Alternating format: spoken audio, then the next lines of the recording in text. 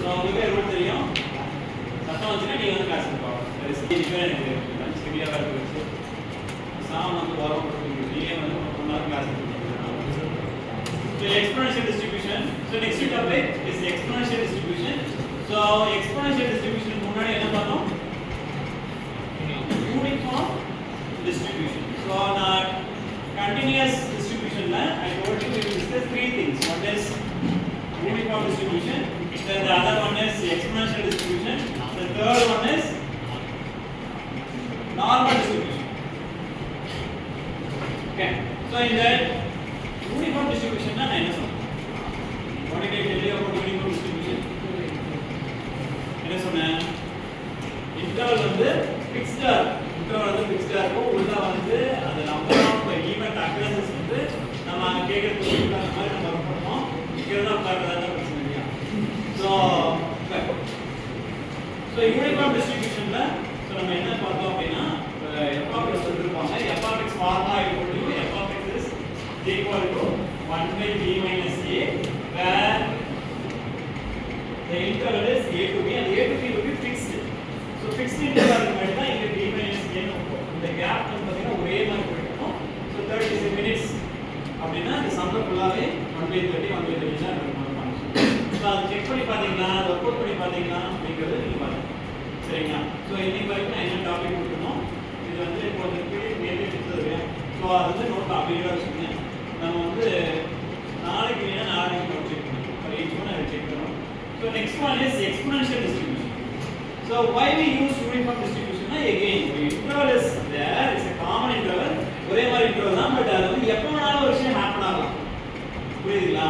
இப்போ 0 to 30 minutes interval ஃபிக்ஸ்டா இருக்கு. அதுல ஒரு கஸ்டமர் எந்த டைம்ல வேணாலும் உள்ள வருவாரு அப்படின்னு சொல்லும்போது நம்ம வந்து ஃபிக்ஸ்டா மெஷர் பண்ண முடியாது. இந்த சிச்சுவேஷன் நம்ம வந்து கண்டினியூஸ் பண்ணோம். இப்போ இன்டர்வலா வச்சுக்கணும். இப்போ அடுத்து எக்ஸ்போனன்ஷியல பாத்தீங்கன்னா சோ எக்ஸ்போனன்ஷியல் டிஸ்ட்ரிபியூஷன் என்னன்னா பொதுவா இந்த மாடல் வந்து எப்போ யூஸ் பண்ணுவாங்கன்னா லைஃப் ஸ்பேனை பத்தி யூஸ் பண்ணுவாங்க. லைஃப் ஸ்பேன் இப்போ சார் வந்து அவர் வந்து எந்த கெட்ட பழக்கமும் இல்லை சார். ஸோ அவர் லைஃப் ஸ்பேன் எவ்வளோ இருக்குன்னு நினைக்கிறீங்க? நீங்கள் எவ்வளோ இருக்குன்னு நினைக்கிறீங்க? லைஃப் ஸ்பேன் எவ்வளோ இருக்குன்னு நினைக்கிறீங்க? ஒரு ஆவரேஜ் சொல்லுங்க. 36 இருக்காரு. 80 இருக்காரு. நீங்க எவ்வளோ நினைக்கிறீங்க? எந்த கெட்ட பழக்கம் இல்லை சார்.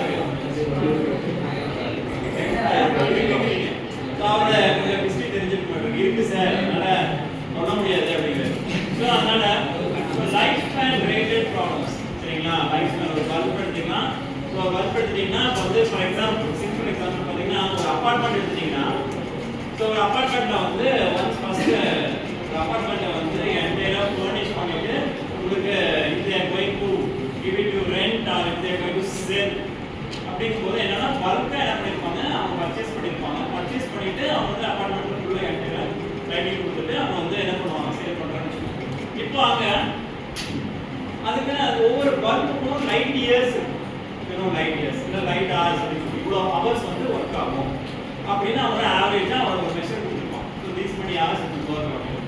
ஸோ அந்த ஹவர்ஸ்க்கு மேலே போகும்போது ஒவ்வொரு பல்பா it will start using lights. கரெக்டுங்களா? இப்போ இங்க ஒரு क्वेश्चन கேட்கலாம். இப்போ வந்து சார் ஒவ்வொரு பல்பா யூஸ் ஆகாதுங்க சார். சரிங்களா? அது லைஃப் வந்து 100 ஹவர்ஸ் இல்ல 1000 ஹவர்ஸ் சொல்லிருக்காங்க. ஆனா 1000 to 1500 ஹவர்ஸ் சொல்லுவாங்க. So 1000 ஹவர்ஸ் அப்படி சொல்லிருக்காங்க. இப்போ இத வந்து நம்ம DT பேஸ்ட் வீடியோ எடுத்துறோம். So DT பேஸ்ட் வந்து கொஞ்சம் ஆட் பண்ணிக்கலாம். DT பேஸ்ட் வந்து இப்போ இங்க அந்த கஸ்டமரோட பெயின் பாயிண்ட் என்னவா இருக்கு? இப்போ வந்து அந்த அபார்ட்மெண்ட்ல ஒரு 1000 bulbs are bought purchase and it is fixed. இப்போ ஒவ்வொரு நாளைக்கு ஒவ்வொரு பல்ப் வந்து ஒரு பர்టిక్యులர் வேரியேஷன்ல ஒரு யூஸ் ஆயிருக்கு. இப்போ அவங்க வந்து ஒவ்வொரு பல்பை மாத்துறது வந்து நல்லதா? அப்பப்போ ஒரு பல்ப் வந்து யூஸ் ஆகுது மாத்திக்கணுமா இல்ல வந்துட்டு என்டையரா மறுபடியும் மாத்துறது நல்லதுன்னு நினைக்கிறேன். இதுல பாத்தீங்கன்னா ஒன்னொன்னா மாத்துறது நல்லது, கொஞ்சமா செலவாகும் அப்படிங்கிறது. ஆக்சுவலா பாத்தீங்கன்னா அதை விட நீங்க ஒரு கால்குலேட்டிவ் ஒரு ஸ்ட்ராட்டஜி பண்ணி பாத்தீங்கன்னா உங்களுக்கு பல்கா மறுபடியும் மாத்துறது தான் நல்லது. ஃபாரின்லயே அதான் ஒரு பர்టిక్యులர் இயர்ஸ் அப்புறம் பல்கா மாத்துறாங்க. ஏன்னா இந்தியாவுக்கு பண்றதுல நம்ம வந்து பல வருஷத்துக்கு அதை ஓட்டிட்டே இருப்போம். அப்படிலாம் நிறைய விஷயம் பாருங்க. ஸோ அவங்க என்னன்னா பல்கா எகைன் ரீப்ளேஸ் பண்ணும்போது again they get a discount. Bulk பர்ச்சேஸ்ல டிஸ்கவுண்ட் கிடைக்கும். ரீட்டைலா சிங்கிள் பீஸ்ல டிஸ்கவுண்ட் இருக்காது. ஸோ பல்கா வந்து பர்ச்சேஸ் பண்ணி மறுபடியும் ரீப்ளேஸ் பண்ணும்போது சொல்ல முடியாது few days the remaining will go up. So அப்படிங்கும்போது அந்த bulk பர்ச்சேஸ்க்கு they will get a discount and